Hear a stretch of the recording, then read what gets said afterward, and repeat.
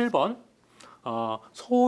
온라인 소액 투자 중개업자의 등록 요건과 거리가 먼 것.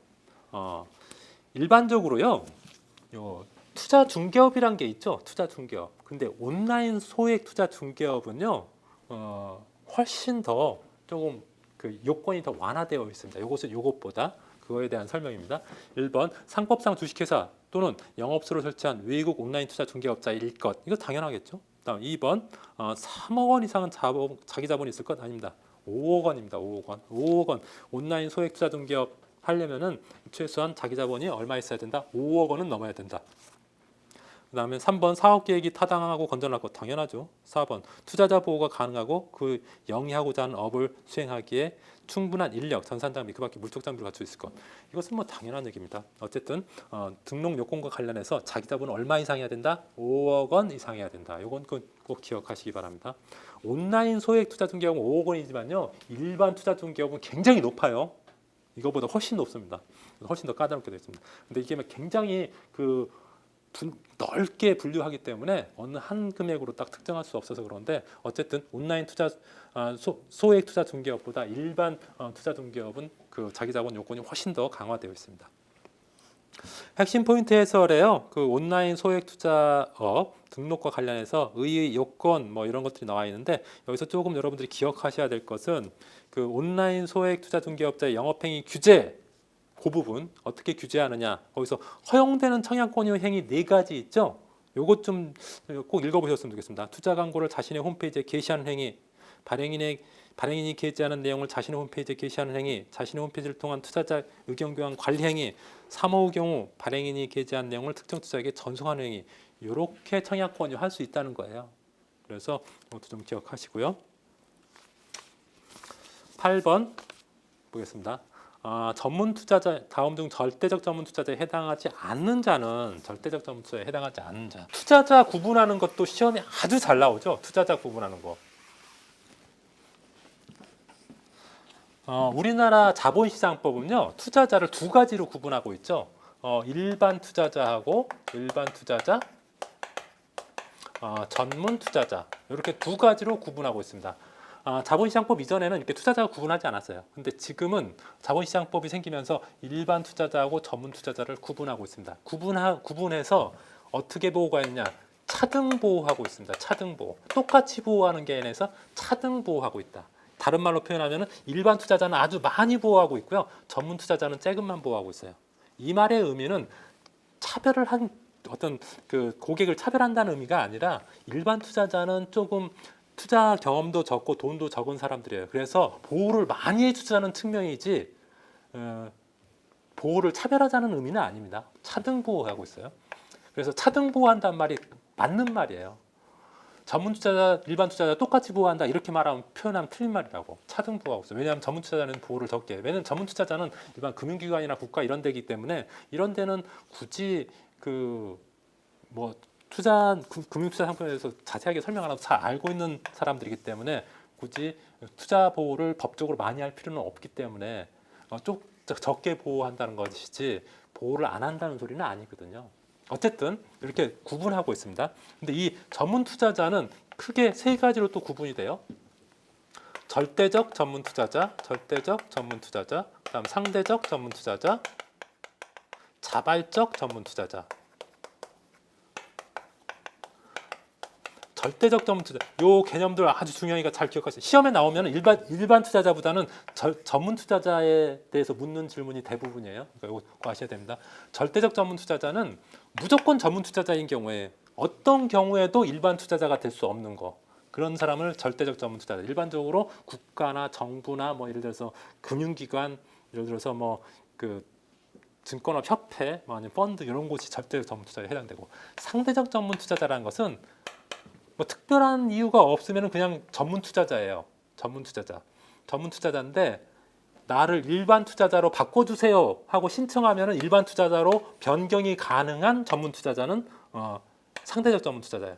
이 변경이 가능하다는 말은 뭐냐면은 일반 투자자한테는요 전문 투자자보다 보호를 더 많이 한다 했죠. 그 보호의 내용이 뭐냐면은 자본시장법상 적합성 원칙 지켜야 되고요. 적정성 원칙 지켜야 되고, 그 다음에 설명 의무, 지켜야 돼요. 금융기관 직원 입장에서 보면은. 그러니까 만약에 일반 투자자한테는 그 사람한테 적합하지 않게 투자 권유를 하면은 투자자 보호를 안 한 거니까 벌을 받을 수 있고, 적정성 원칙도 지켜야 돼. 파생 상품 등을 투자할 때는 적정성 원칙을 지켜서 그걸 적정하지 않게 만약에 적정하지 않게 판매를 하면은 처벌을 받을 수 있단 말이죠. 또 설명으로 제대로 이행을 하지 않으면은 손해배상 책임이 있단 말이죠. 그런 것들이 있기 때문에 더 일반 투자가 더 보호하는 거고, 전문 투자자는 적합성 원칙 지키지 않아도 돼요. 적정성 지키지 않아도 되고 설명 안 해도 돼요. 그래도 법적으로 금융기관 직원이 처벌받거나 그러지 않는다고. 왜냐하면 이 사람들은 얘들 일반 투자보다는 적게 보호해야 돼. 왜냐하면 이 사람들은 자기들이 알아서 적합하게 투자하고 적당하게 투자하고 설명 안 해도 다 알기 때문에, 그래서 안 하는 거거든요.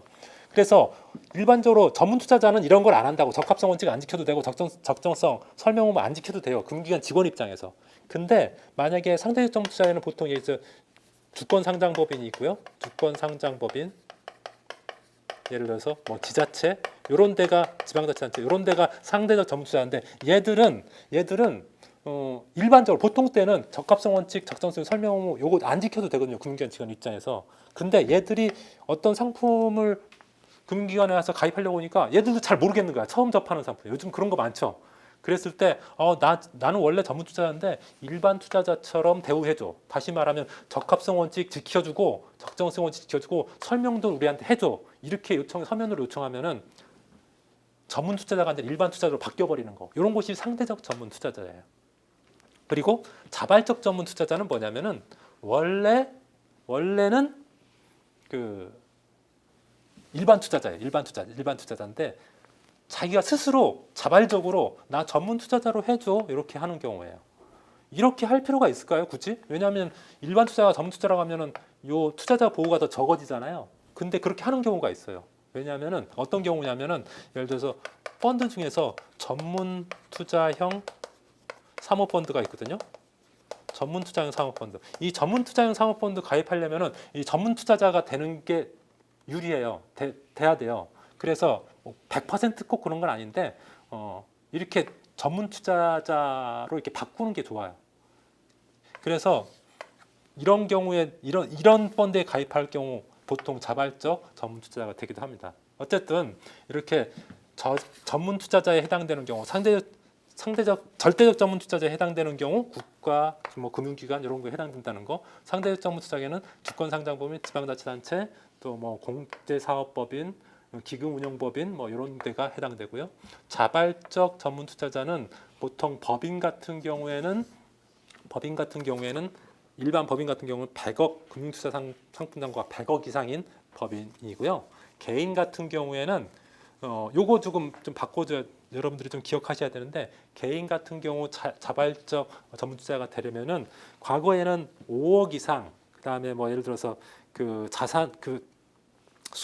자산은 뭐 10억 이상 요렇게 됐었는데 2019년 12월 5일 날 2019년 12월 5일 날 법이 개정됐어요. 자발적 전문 투자자에 대해서 개인의 경우 어떻게 바뀌었냐면은 금융투자 상품 잔고는 5천만 원. 금융투자 상품 잔고는 5억이 아니라 5천만 원 이상. 5천만 원 이상이면 해결되고요. 요거 플러스 세 가지 중에 하나는 충족해야 돼요. 예를 들어서 연소득 1억 이상. 부부 합산으로 치면은 1.5억 이상이고, 여기서는 부동산 부분은 제외됩니다. 부동산에서는 부동산 연소득 중에서 부동산은 뺍니다. 그 다음에 소득으로 기준 1억 이상. 그 다음에 재산가액으로 보면은 재산가액으로 예전에는 10억 이상이었는데 지금은 이제 5억 이상으로 바뀌었고요. 5억 이상으로 바뀌었고, 또는 전문가인 경우에는 자발적 전문 투자자가 될 수 있다. 공통으로 적용되는 것은 금융투자 상품 잔고 5천만 원 이상은 돼야 되고요. 요 세 가지 중에 하나는 해당돼야 됩니다. 연소득 1억 이상이거나 재산가액 5억 이상이거나 전문가 전문가라고 하면은 여기서 뭐 변리사, 회계사, 뭐 투자자산운용사 이런 사람들 말하는 거예요. 이런 사람들 요 세 가지 요건 중에 하나만 해당되면 되고, 요것은 전부 다 해당돼야 됩니다. 이런 경우에 자발적 전문 투자자가 될 수 있다. 그래서 그 기본 교재나 뭐 어떤 문제집 같은 거에 보면은 그냥 이게 5억이라고 돼 있고 연소득 재산가액 10억이라고 돼 있는 거 있거든요.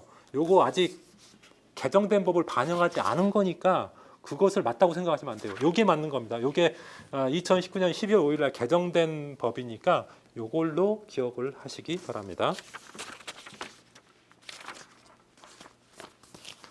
그다음에 9번 보도록 하겠습니다. 9번. 다음 중 인가 대상 금융 투자업이 아닌 것은 인가 대상 금융 투자업. 여기서 요 네 가지 투자 매매업, 투자 중개업, 집합투자업, 신탁업. 요것은 인가 대상 금융 투자업이고요.